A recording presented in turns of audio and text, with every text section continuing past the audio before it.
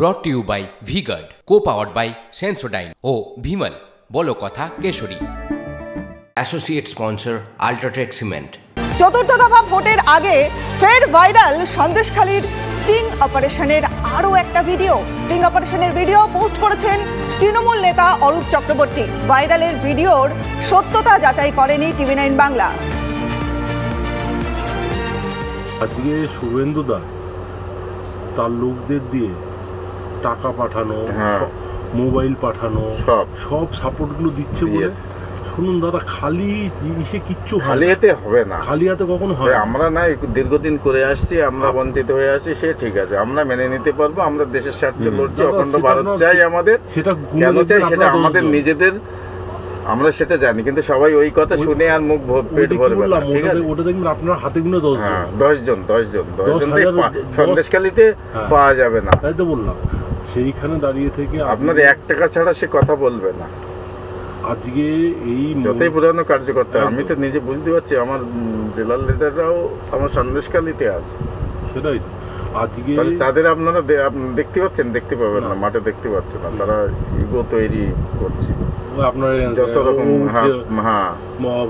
উঠে যাচ্ছে, কয়েল উঠে যাচ্ছে, তাহলে আমরা কেন পেছনে পড়ে থাকবো? আমি এই জায়গাতে এসেছি, আমি এই জায়গা চেয়ার দিয়ে দেবো না, আমাকে কাজ করতে হবে। আর কাজ শুনুন, তখন বুঝতে হবে মাঠে খেটে আসে, আর আমি মাঠে খাটছি বলে ওদের একটু ইচ্ছা হচ্ছে, এবং ওদের থেকে অনেক প্রশাসনিক দিক আমি অনেক এগিয়ে নিয়ে গেছি, এবং অনেকটা সংগঠনকে দাঁড় করিয়ে দিয়েছি, যেটা কিছুই ছিল না। বুথ সভাপতি ফল দেওয়া হতো তো।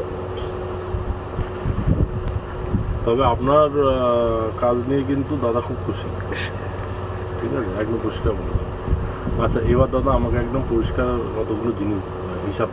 চলে যাব আমাদের প্রতিনিধি সৌরভ দত্তের কাছে। সৌরভ, ভোটবঙ্গের রাজনীতিতে সন্দেশখালীর পরপর দুটো স্টিং অপারেশনের ভিডিও ঠিক কতটা ঝড় তুললো? রনিবার, দেখো, ভোটবঙ্গের মধ্যে ভোট চলাকালীন একের পর এক ভাইরাল ভিডিও এবং সেইগুলোকে নিয়ে রাজনৈতিক দরজা অব্যাহত রয়েছে। চতুর্থ দফার আগেও সেই ধারা অব্যাহত রইল। যে স্টিং অপারেশনটি এবার প্রকাশিত করা হয়েছে, ঠিক আগের বারের মতোই সেটিকে একটি ভাইরাল ভিডিও হিসেবে দাবি করা হয়েছে, এবং সেখানে গঙ্গাধর কয়াল, যিনি সন্দেশখালীর মণ্ডল সভাপতি, তিনি এই কথাগুলি বলছেন বলে দাবি করা হয়েছে। এবং সেখানে এবার শুধুমাত্র সন্দেশখালী নয়, জুলিয়াখালী, বেরমজুর, সেখানেও টাকা আন্দোলনকে জিয়ে রাখার জন্য টাকা সরবরাহ করা হয়েছিল, সেরকমটি একটি দাবি করা হচ্ছে। এমনকি মণিপুর কোড়াকাটি অঞ্চলে সেখানে অস্ত্র সরবরাহের অভিযোগও উঠছে। ফলে সব মিলিয়ে আরও একবার চতুর্থ দফার আগে সন্দেশখালী কাণ্ড ঘিরে একটা তরজার যে ধারা ছিল, সেই ধারাটি আবার জিয়ে রাখার একটা পরিস্থিতি তৈরি হলো, যদিও এই ভিডিওর সত্যতা যাচাই করেনি TV9 বাংলা। রনিপা, একদমই ধন্যবাদ তোমাকে। ঠিক এই ঘটনা নিয়ে কি বলছেন তৃণমূল নেতা শান্তনু সেন, কি বা বলছেন বিজেপি নেতা দিলীপ ঘোষ, শোনাবো। সত্যকে দীর্ঘদিন চেপে রাখা যায় না। আমরা প্রথম থেকেই বলছিলাম যে সন্দেশখালীর ঘটনা একটা সাজানো চিত্রনাট্য। এবার এটা যদি মিথ্যা দ্বারা বলে, তাহলে সেটা যে মিথ্যা সেটা প্রমাণ করার দায়িত্ব তাদের। আসলে মুখোশ খুলে গেছে। বাংলার মা বোনদের ইজ্জত নিয়ে কিভাবে তারা খেলা করেছে এটা প্রমাণ হয়ে গেছে, এবং আগামী 4 দফা নির্বাচনে এর যে ভীষণভাবে প্রভাব পড়তে চলেছে, সমস্ত মা বোনেরা যে এর বিরুদ্ধে যোগ্য জবাব দেবে সেটা বিজেপি বুঝতে পারে। তাদের মাথার চুল খাড়া হয়ে গেছে, তাই তারা এরকম ভুলভাল কথা বলছে। এরকম ভিডিও নতুন কিছু না, অনেক ভিডিও আসবে যাবে, যেহেতু ওখানে তদন্ত চলছে কোর্টের নির্দেশে। এই সব কিছু তার তদন্তের মধ্যে আনা উচিত।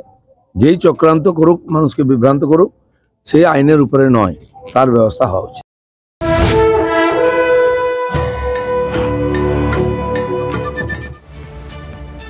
চতুর্থ দফায় দেশের 10টি রাজ্য এবং কেন্দ্রশাসিত অঞ্চলের 96টি আসনে ভোট রয়েছে।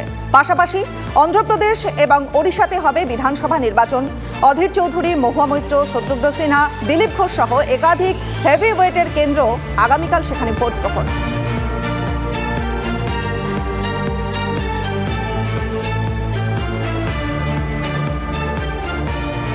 ব্রট to you by V-Guard, co-powered by Sensodyne ও ভিমল বলো কথা কেশরী। Associate sponsor UltraTech cement.